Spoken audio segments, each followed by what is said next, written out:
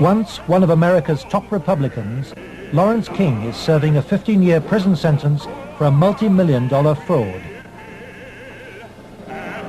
But financial crime is only half the story.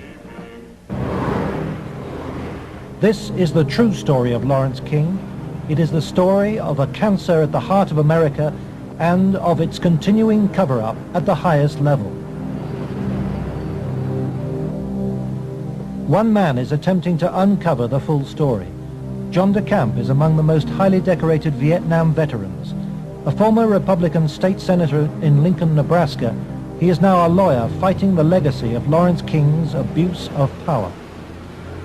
It's a web of intrigue that starts at our Holy of Holies, Boys Town, Nebraska, one of the most respected institutions in the United States, and spreads out like a spider web to Washington, D.C., right up to the steps of the nation's capital, the steps of the White House, involves some of the most respected and powerful and richest businessmen in this United States of America. And the centerpiece of the entire web is the use of children for sex and drug dealing and drug couriers, the compromising of politicians, the compromising of businessmen, but worst of all, the corruption of key institutions of government that have the duty and responsibility to make sure these things never happen. For John DeCamp, the trail starts in a unique town just outside Omaha. World-famed Boys Town is in the news again. Made famous by an Oscar-winning film, Boys Town is America's favorite children's charity. It was founded in 1917 by a Catholic priest, Father Flanagan. Father Flanagan. The saddest spectacle in our social life is the neglected, unwanted, and unloved boy who has become a serious problem in our society. Boys Town was started to be a home for orphans. That was after World War I. And since then, society has changed and the problems of boys have changed. And so now it's a question of taking care of homeless, abandoned, neglected, abused boys, and now girls also. Boys Town has been granted the privileges of an incorporated town, a Catholic diocese, and a school district for 500 children. Boys Town has cash reserves of $500 million, but still raises up to $35 million annually, solicited from the public by begging letters and promotional videos. I'm Father Val Peter, the caretaker of Father Flanagan's Stream and the executive director of Boys Town. Does Boys Town really exist, people ask me? You bet it does. Located in the heartland of America, Boys Town youth have come from many backgrounds and locales. As they graduate, they shall seek new adventures and head for different places. But always, they shall carry with them the spirit of Boys Town.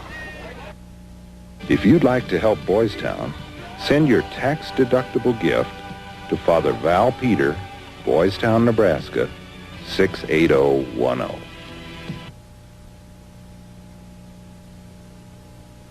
Boys Town, for me, was the first thing I ever heard of when you think of institutions that you respect. Believe it or not, I was there for a while when I was a young boy.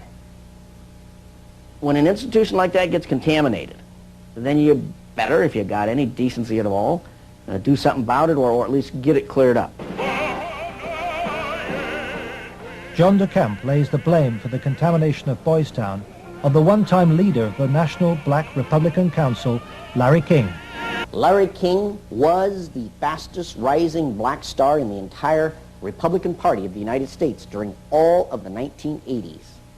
And he was also one of the most evil individuals in this country in terms of being a dealer of children, in terms of being a thief, 40 million that they documented he stole, and in terms of using and compromising and corrupting one after another politicians.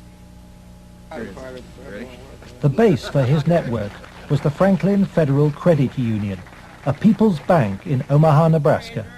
Larry King was its general manager.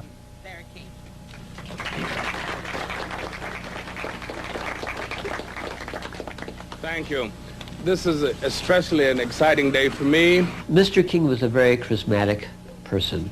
When he came to the credit union, he was brought in because the credit union was actually failing.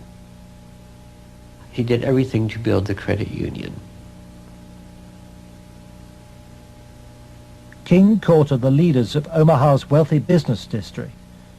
Banks, industry, and charities placed millions of dollars in King's hands. From 1979, Larry King developed close commercial ties to Boys Town, and Boys Town youngsters were sent to work for his companies. Boys Town had quite a few accounts at Franklin Credit Union. Those were considered very valuable accounts. They were handled exclusively by the bookkeeping department. But on the average of once a month or once every 2 months, we always seemed to incorporate a person from Boys Town. But King used Boys Town not just as a source of young boys for his business. He prostituted them at sex and drug orgies. Paul Benassi was a victim of King's abuse. He was also sent by King to lure Boys Town youngsters off campus.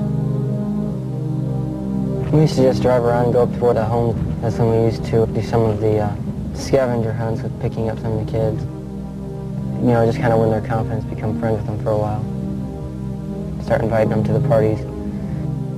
The kids were 10 years old or older. In 1986, King's plundering of Boys Town was reported by staff to its chief executive, Father Val Peter. Subsequent testimony proves that he carried out his own investigation, but that King's victims refused to talk to him. Monsignor Hupp now blames himself for Boys Town's association with Larry King. Well, in retrospect, I regret having any association with Larry King. Had I known it at the time, it would never have happened. Could you understand why a very detailed report from a social worker employed at Boys Town, identifying children and identifying their alleged abusers, never saw the light of day? Nothing happened with that. No, I couldn't understand that, because had I known that had been, I wouldn't put up with that. But is that something like that happened? I don't know of it. Nebraska has a very clear statute that child abuse allegations should be reported to authorities. They shouldn't be reported to the principal of a school, the director of a facility. They should be reported directly to either Child Protective Services or law enforcement. And so Larry King remained free to feed his pedophilic parties with child victims. But in 1988, a routine review brought King's involvement with Boys Town youth to the attention of Nebraska's State Foster Care Review Board. In the information presented to the Foster Care Review Board, either via the telephone reports, the personal reports, or the reports we reviewed, Larry King's name was consistently present as someone that the youth were making allegations against. So I would say we handed over at least a foot-high amount of material to authorities, and nothing happened. Omaha police now accept that Larry King may have been abusing children. Good morning, Roberta. Good morning, Chief. But its most senior officer claims the evidence was not conclusive. It is certainly possible that Mr. King was involved in illegal acts with children. If there was sufficient evidence of those types of allegations, he would have been prosecuted by the county attorney's office. For me, it was very clear that the case was not investigated and not pursued because of the alleged perpetrators. Those perpetrators named by the children were some of the richest and most influential citizens in positions of power in the state, men prominent in industry, politics, the media, even the police. We can only name the ringleaders. Besides Larry King, they were department store millionaire Alan Baer and the celebrity columnist of Omaha's only newspaper, the World Herald, Peter Citron. With the judicial system apparently paralyzed, Larry King spent Franklin's money on courting political influence. $10 million went on jewelry, flowers, and private planes. He cultivated contacts in the inner circles of Ronald Reagan's White House. At his palatial homes, 3 in Omaha and 1 in Washington, D.C., he held extravagant parties for the influential and powerful. His lavish spending bought him a protected life. Larry King was constantly heralded, cheered, applauded in the news media as the great businessman that's helping the poor people, the black community of Omaha. But King's extravagance attracted the attention of the Internal Revenue Service. As a result, on April the 11th, 1988, the Franklin Credit Union was raided and closed by the FBI.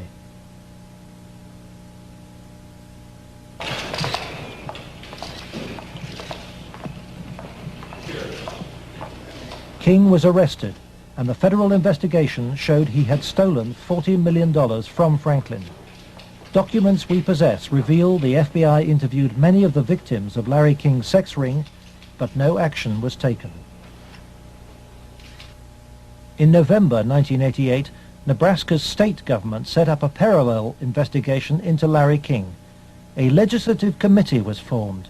Its chairman was the Republican head of Nebraska's Banking Committee, corn farmer and state senator Lawrence Schmidt. Immediately, anonymous threats began.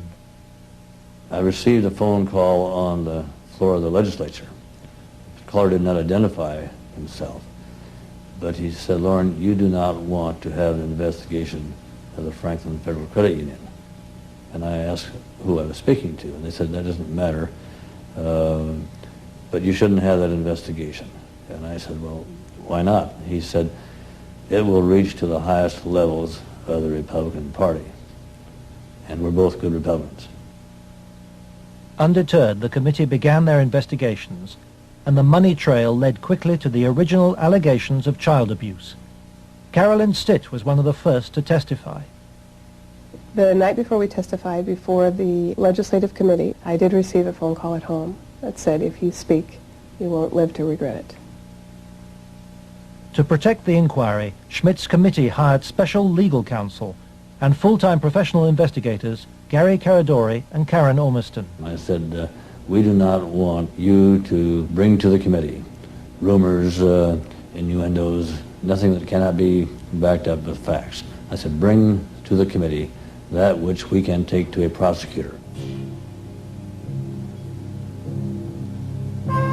The investigators found new victims of King's pedophile network, many on the streets of Omaha. The picture they built up was of a large ring of rich and powerful pedophiles, many named the same men as those involved with the Boys Town cases 3 years earlier. They were telling us about prominent people in Omaha and elsewhere that were abusing children at parties. The prominent citizens' names that originally came up were of concern to me because I knew many of those individuals, and I, very frankly, was shocked to have those names show up on the list. To provide the committee with hard evidence, the investigators recorded their new witnesses on videotape. Paul Bonassi had been the victim of abuse since he was 8. He was present at many of Larry King's sex parties. Caradori traced him to the county jail. He had been convicted of fondling his young cousin. Who were some of these people that would come to these parties? Larry King, Peter Citron came once in a while. He didn't seem like he wasn't like other people. Media personality Peter Citron procured some of his victims from Boys Town. The kids he liked were mainly around the age of probably about 8 and 13. It was mainly fondling and oral sex with them. He did have some anal sex, but he usually did that with the older kids. The parties involved ever more sadistic abuse. Whenever you were tied up, was there anybody else present other than you, Peter Citron? Yes. Who was that? It was Alan Bear sometimes. Millionaire Alan Bear hosted parties for a large number of sadistic pedophiles. Paul Benassi suffered at their hands. You okay? They tied me up and I had some other kids perform sex on me and they came me and they burned me some cigarettes. Okay. Just take a deep breath now.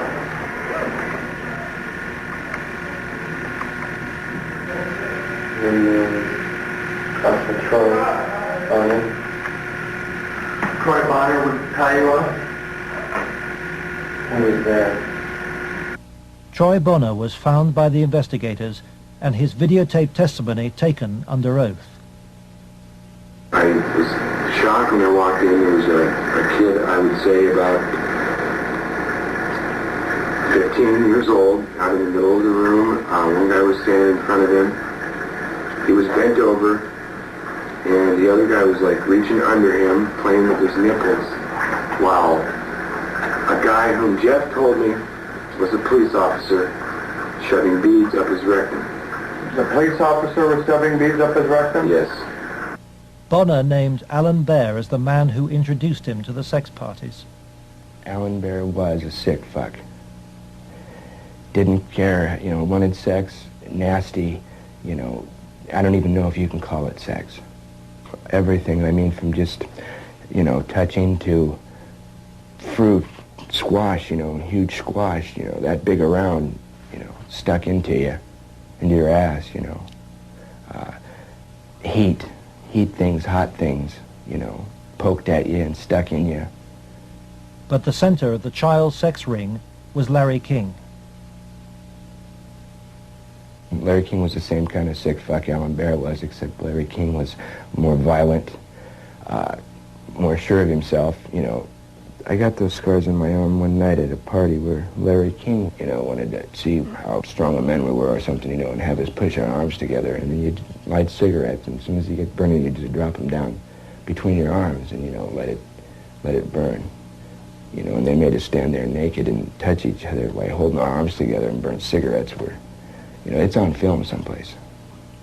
They filmed it, burning, I would, see him fuck a 10-year-old boy in the ass, until he bled, and, just pull out and stop and, push him down, and then go out and, meet with decent people.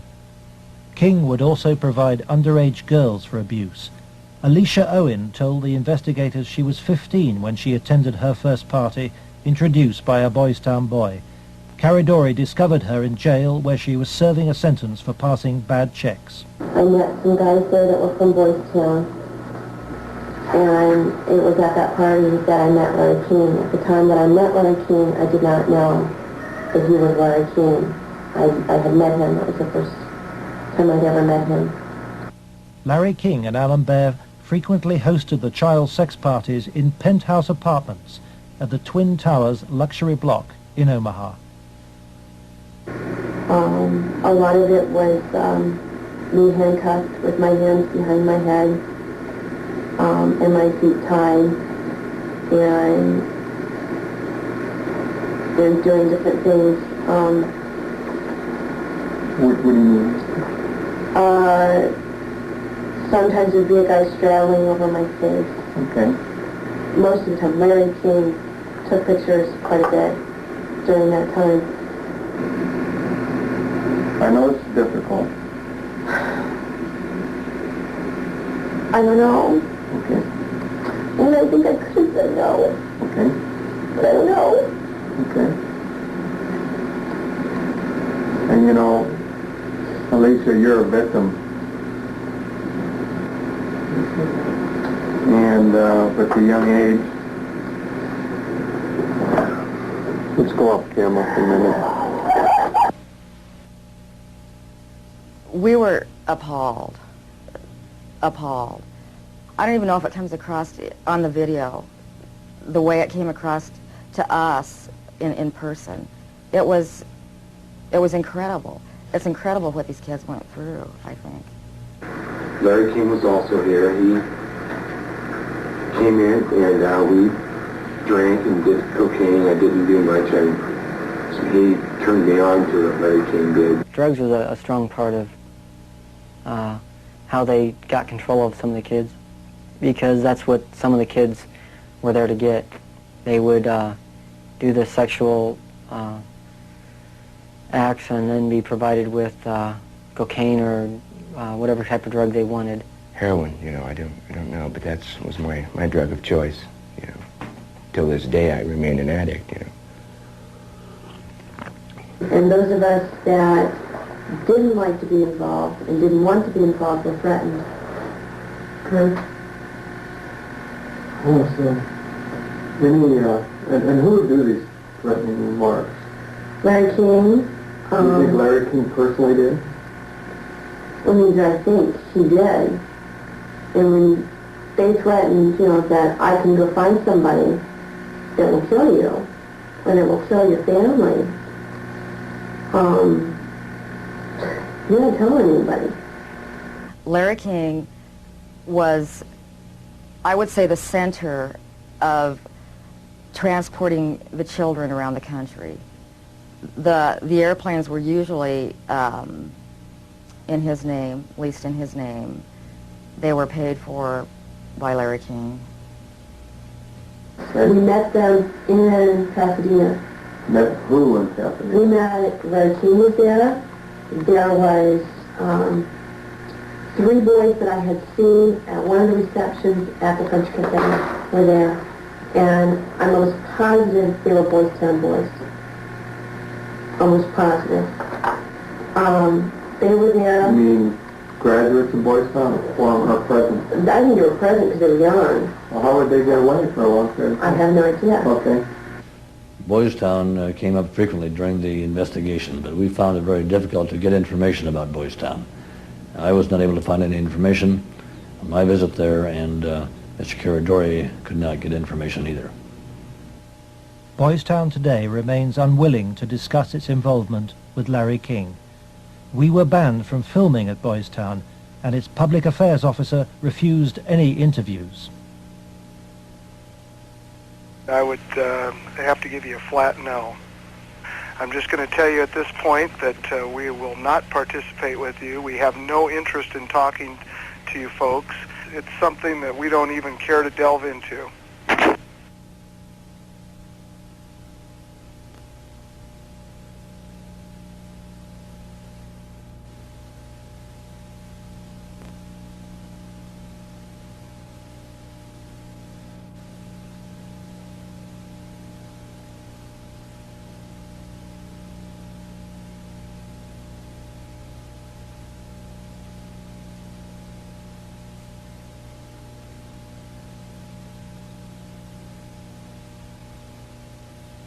By the spring of 1990, the Nebraska State Committee was convinced by the evidence of an organized child abuse ring. Its chairman, Lawrence Schmidt, sought the advice of his lawyer, John DeCamp. On his advice, Schmidt turned over all the sworn evidence to the FBI. But immediately, the videotape testimony was leaked to a hostile local media. The media immediately started discrediting the witnesses. They were, the witnesses came across in the media, in the Omaha World Herald, especially, as the criminals. The last 3 victim witnesses were demolished by the press, particularly the Omaha World Herald. The paper never looked for information that would support any of the allegations. The whole purpose of the stories was to destroy any credibility that these youth may have. I've heard that people said that Gary Caradori coached me and that he told me what to say, but the fact was I didn't meet Gary Caradori until way after I'd already talked to the Omaha police about the abuse and had named all the same people. Paul Bonacci maintains that neither the FBI nor the Omaha police took his allegations seriously. And they didn't ask me very much about Larry King or even Alan Baer at all. They treated the allegations that I made about the people who abused me almost like a joke.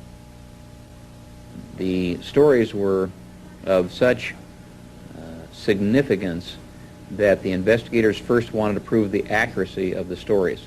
As they set about the investigation of the three, initially three and then a fourth person who were telling the stories, as the investigation developed, it became obvious to the investigators that the information was not accurate, that in fact it was an entire conspiracy of allegations, none of which had any truth to them.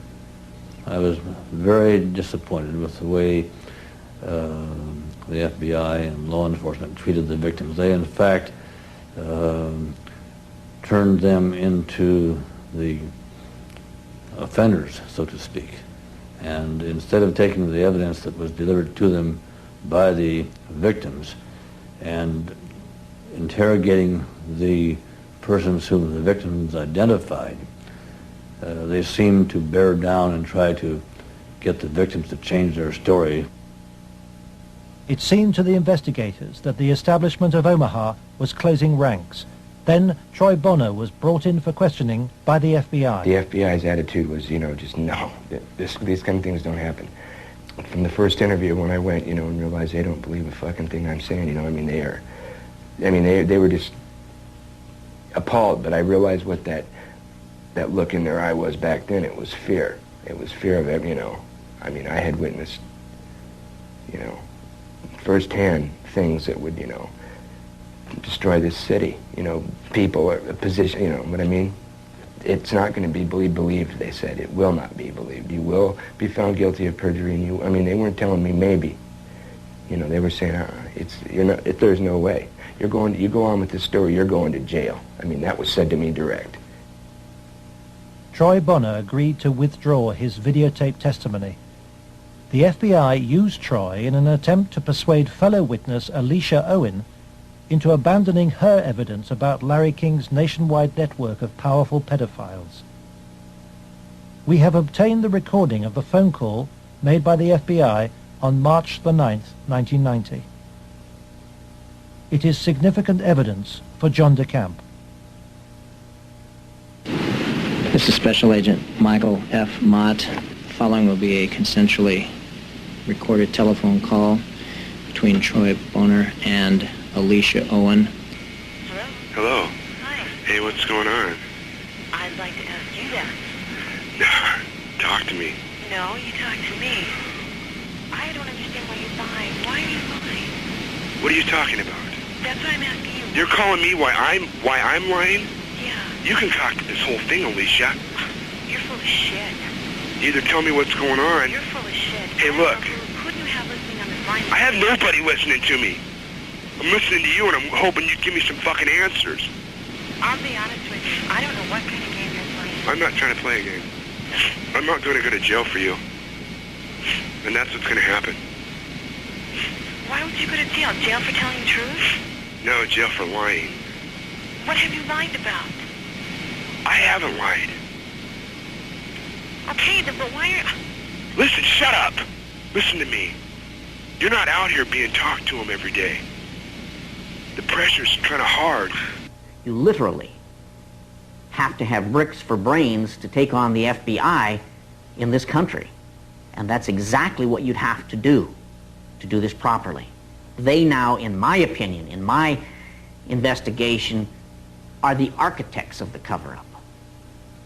We asked the FBI in Omaha for an interview about its investigation of the Franklin scandal. Larry Holmquist with the FBI here. We feel it would be inappropriate for us to comment. We work this with the Omaha Police Department, and we just don't feel it would be appropriate for us to make comments.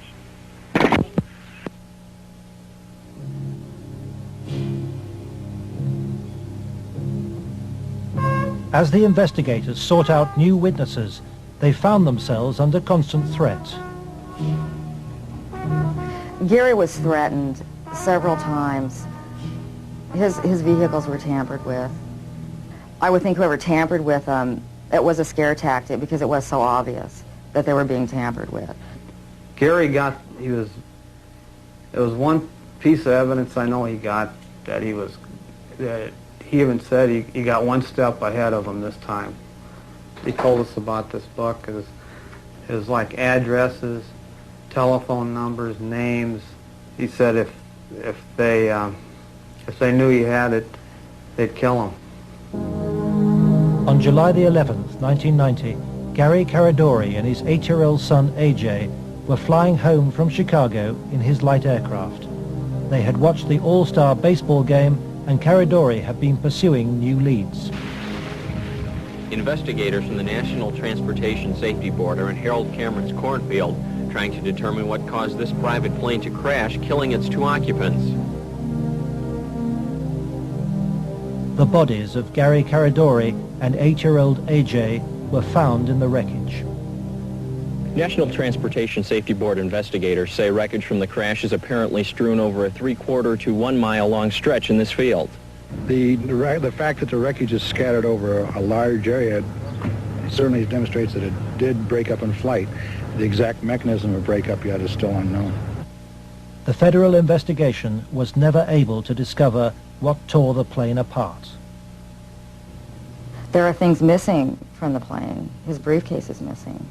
I think the plane was sabotaged. There's no doubt in my mind. Within 24 hours of the tragedy, all Caradori's records were impounded by the FBI. Gary's widow, Sandy, is still unable to come to terms with her loss. As a mother, I don't want to ever think that somebody murdered my child, let alone my husband. But I think if you'd ever talk to any parent, be it mother or father, who's ever lost a child, I mean, the worst thing that you can think of is that somebody would want to murder a child. I really feel that somebody killed my brother. And inside me, I know that somebody killed my brother. If somebody could help us out somewhere, somebody knows something. And may God help those who did that to him and his family. The effect of Gary's crash on the investigation, I think, in effect, put an end to anybody else coming forward. There are many victims. We knew of more. There are more. They're still out there. They're afraid to come forward.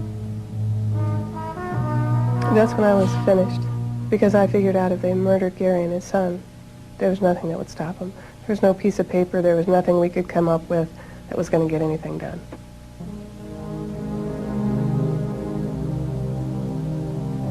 But Gary Caradori's death pricked Troy Bonner's conscience. He promised Sandy that he would tell Senator Schmidt's committee about the FBI's pressure which led him to lie. I set the record straight. I was, going to do it. And would, the truth would come out, and somebody would be held accountable for his death.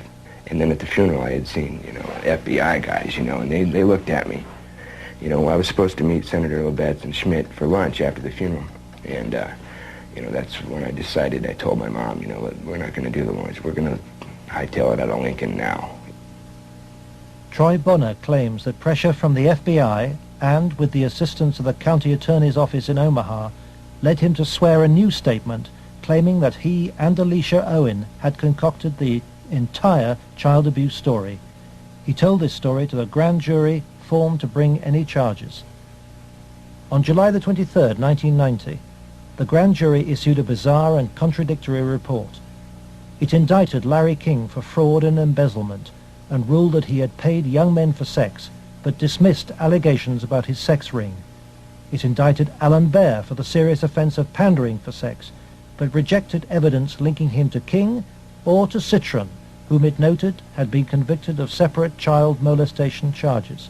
It accepted that Troy, Alicia, and Paul Bonacci had been abused, but not by the people they identified. And for refusing to withdraw her evidence, it charged Alicia Owen with perjury.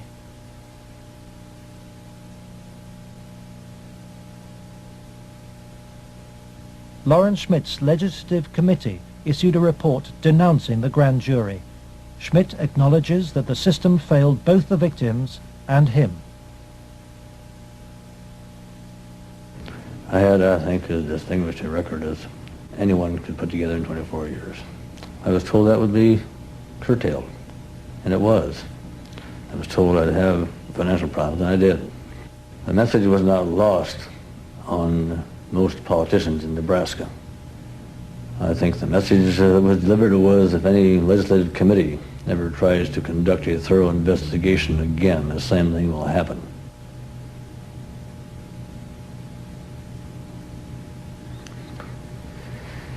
It has shaken my faith in the institutions of government. I used to be a firm believer that the system would work, and that people who did things wrong would be punished. And we discovered victims who claimed to have been abused and who the grand jury acknowledged had been abused. But they did not try to find out who had abused those individuals. Instead, they convicted Alicia Owen of perjury. Indefensible from my point of view.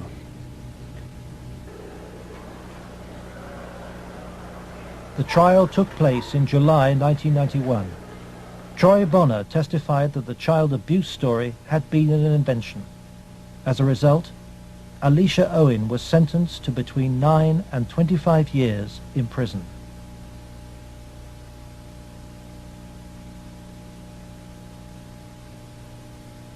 I can't find a case in the history of this country where some kid got sentenced to 25 or 30 years in prison for something like this.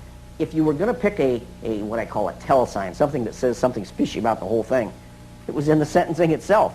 For some reason, they had to send a signal to every kid who was a potential witness. My opinion again. A signal so loud and clear, if you dare to come forward, if you dare to talk, watch what happens. Alan Baer was fined $500 after pleading no contest to a reduced charge of aiding and abetting prostitution. Peter Citron served 2 years of a 3 to 8 year sentence. Thanks to Troy Bonner's lies, Larry King never faced child sex charges.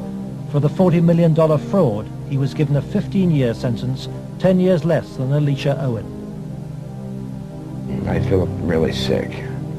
I should be taken out and shot for doing that. And if that was to happen, I would go willingly.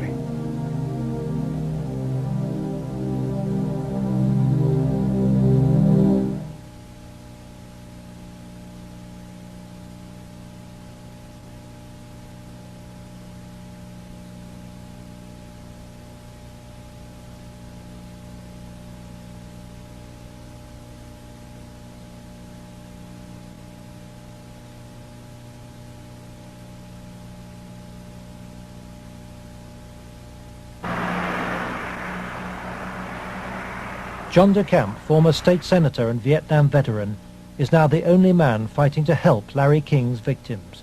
He is the lawyer trying to overturn Alicia Owen's conviction and to expose the cover-up. I live in Nebraska. Hell, I was born here, raised here. I have 4 kids growing up here.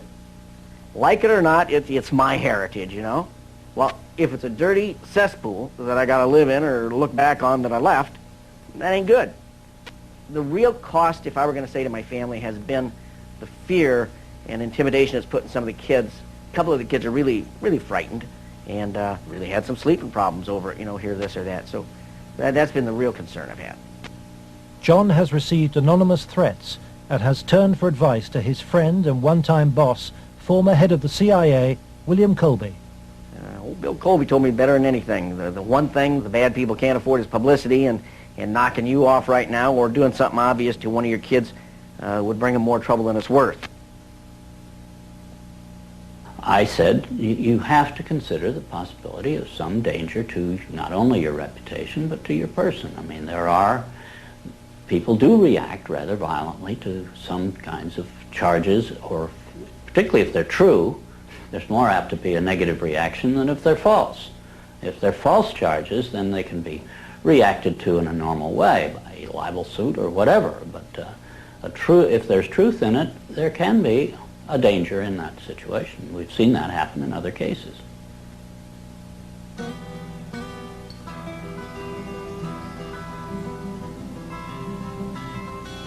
John arranges to meet Troy Bonner, the young man he sees as the key to the cover-up.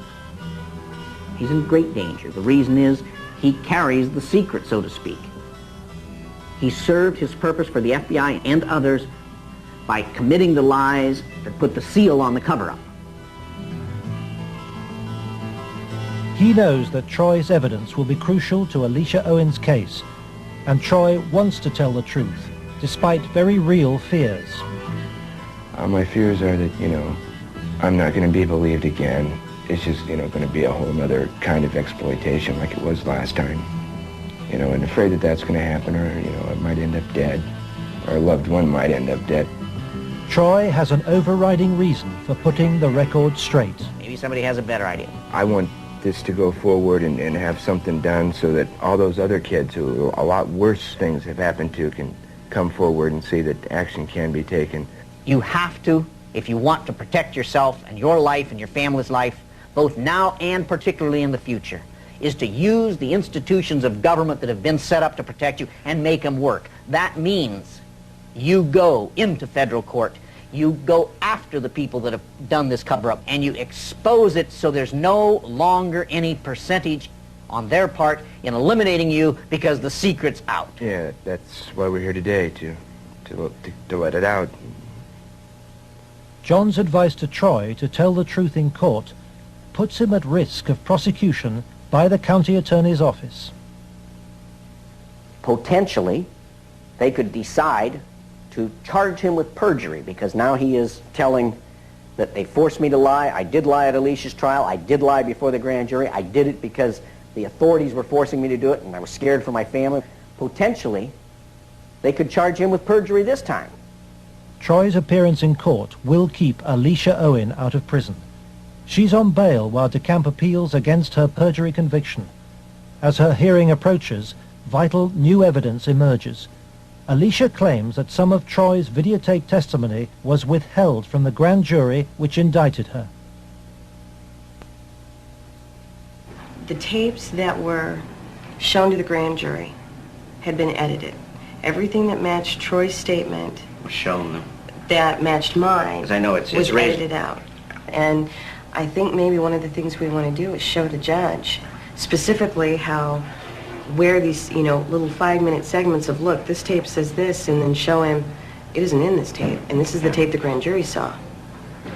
I'm going to attempt to get these tapes, and we'll see what happens next. But to obtain the tapes, DeCamp must approach some of the very officials he has accused in court of being involved in the cover-up, the county attorney's office which ran the grand jury.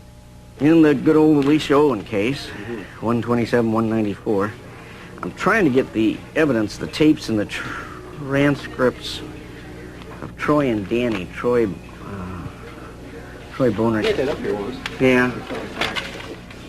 It's up at the county attorneys. They have all the bills up there. Oh. Robert. Let me guess, Robert Siegler has them. Robert Siegler is the prosecuting attorney trying to send Alicia Owen back to prison. After lengthy negotiations, DeCamp emerges with the tapes the grand jury never saw. I went with $4,000. I got $4,000 of cocaine. Okay, and what airline? In more than 2 hours of taped testimony, Troy details trips across America on behalf of Larry King and Alan Baer. Trips for drug deals and sex. It corroborates Alicia's evidence. Fort Worth, like an hour, and then a big plane from Dallas to Los Angeles. Did anybody go with you? Alicia Owen. For John de Camp, this is the proof of the King sex ring for which he has been waiting. Here it is, so to speak, the smoking gun that they could go out and verify, the corroboration. In other words, the linkage to King that was denied. Cover-up. Organized, planned, deliberate cover-up. The courthouse, Wahoo, Nebraska. The hearing begins.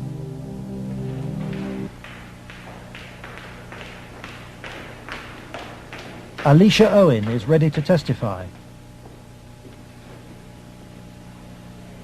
So is Paul Bonassi. But there is no sign of Troy Bonner.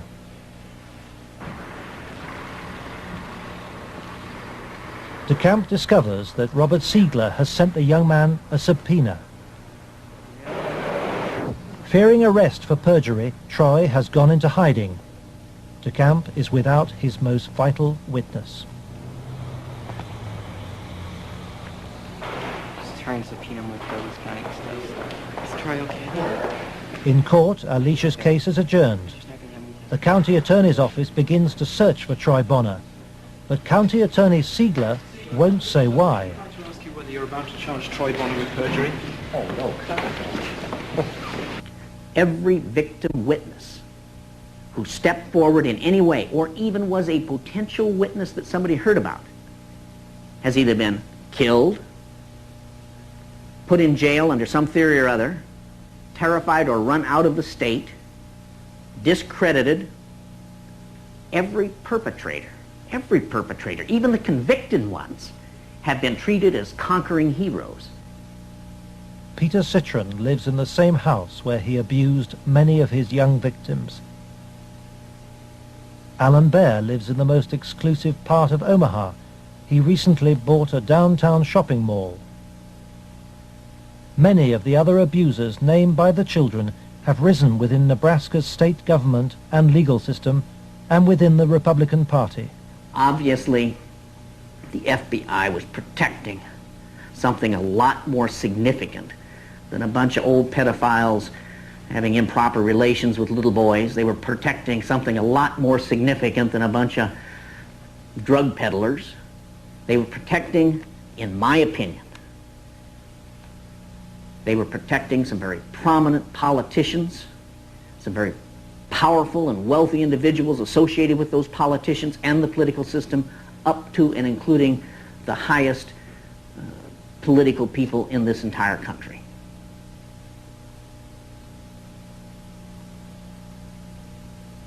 In search of the men who protected Larry King, John de Camp goes to Washington to investigate King's connections in the Republican Party and on Capitol Hill.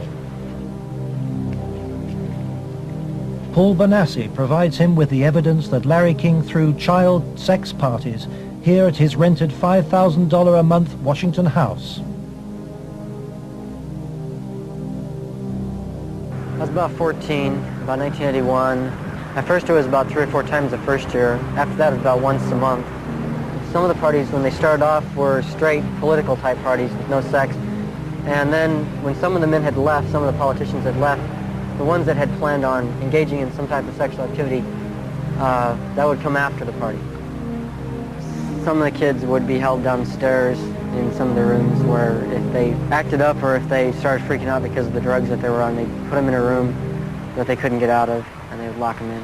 What kind of drugs? Anything you wanted. Cocaine, heroin, speedballs. You're telling me those speed. things were at these parties where you had Larry King and prominent politicians? Yes. Were they readily available to anybody at the party? At the after parties, they were readily available for anybody. Beforehand, they did it more upstairs than they did anywhere else, and it was kind of in the back rooms. Were any attempts ever made that you know of to expose this situation? As far as I know, nothing's ever been done, and most of the people that were in there had already been, I guess you could say, compromised. King's partner was Washington lobbyist Craig Spence. Spence took youngsters, including Bonassi, on private midnight tours of the White House. So you were in the White House then? Yes. And how did you gain access? Well, I came down with Larry King, but Craig Spence was the one that arranged the trip for us. And it was kind of a gift for our services that we were doing. How many times were you on this kind of a trip? I came to it on 2 times. 2 times.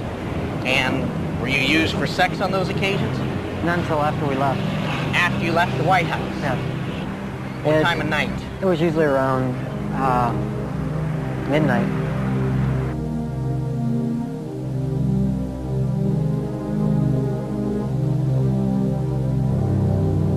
For me, it was just kind of weird being in the White House at that time of the night and getting to go into places that the guy was telling us that nobody gets to go to. I mean, I seen rooms in there that I'd never even heard about. When Craig Spence and Larry King had a couple of groups. One was called Bodies by God, and they had the Cowboys, and there was another group that was started by Larry King, which was called the Golden Boys, which was kids that were usually under the age of approximately 10. Spencer's Callboy network was investigated in 1989 by reporter Paul Rodriguez of the Washington Times. We had uncovered a series of allegations from some minors, and it led me to a callboy operation. Well, it sure fits with, this boy Paul Benassi. And he tells a tale of being brought to the White House on occasion, kind of as a reward for the kid. Craig Spence's dad, he committed suicide. He had advanced stages of AIDS. He was an AIDS carrier and he killed himself. This was the thing that always bothered me. They claimed it was the largest male prostitution ring in the city that they've ever had uncovered. It was $1 million a year minimum. Yeah. And yet they only prosecuted the operator, Henry Vinson, and 3 of his lieutenants, as it were. Mm-hmm. They never went after any of the Johns or the clients. This operation claimed to have clients that ran from the White House to the Capitol Hill to the State House to the churches within the media. Exactly what Paul describes as the people he was with. And a lot of the stuff led there, but we couldn't quite nail it at all cases because, again, to accuse someone of high stature, you've got to be very careful. I understand. We were able to do it through the mother lode was provided us credit card receipts and canceled checks, and then lists of the clients. The prosecutors knew all this stuff. There was approximately 20,000 documents they had. They sealed the entire record by court order. And we've attempted on several occasions to unseal that, and we've been told it'll be a cold day in hell before those records ever get unsealed. And it makes me wonder what's in those records. Yeah. John DeCamp believes that the legal system is still being subverted and that the people protected are still at the heart of the American establishment.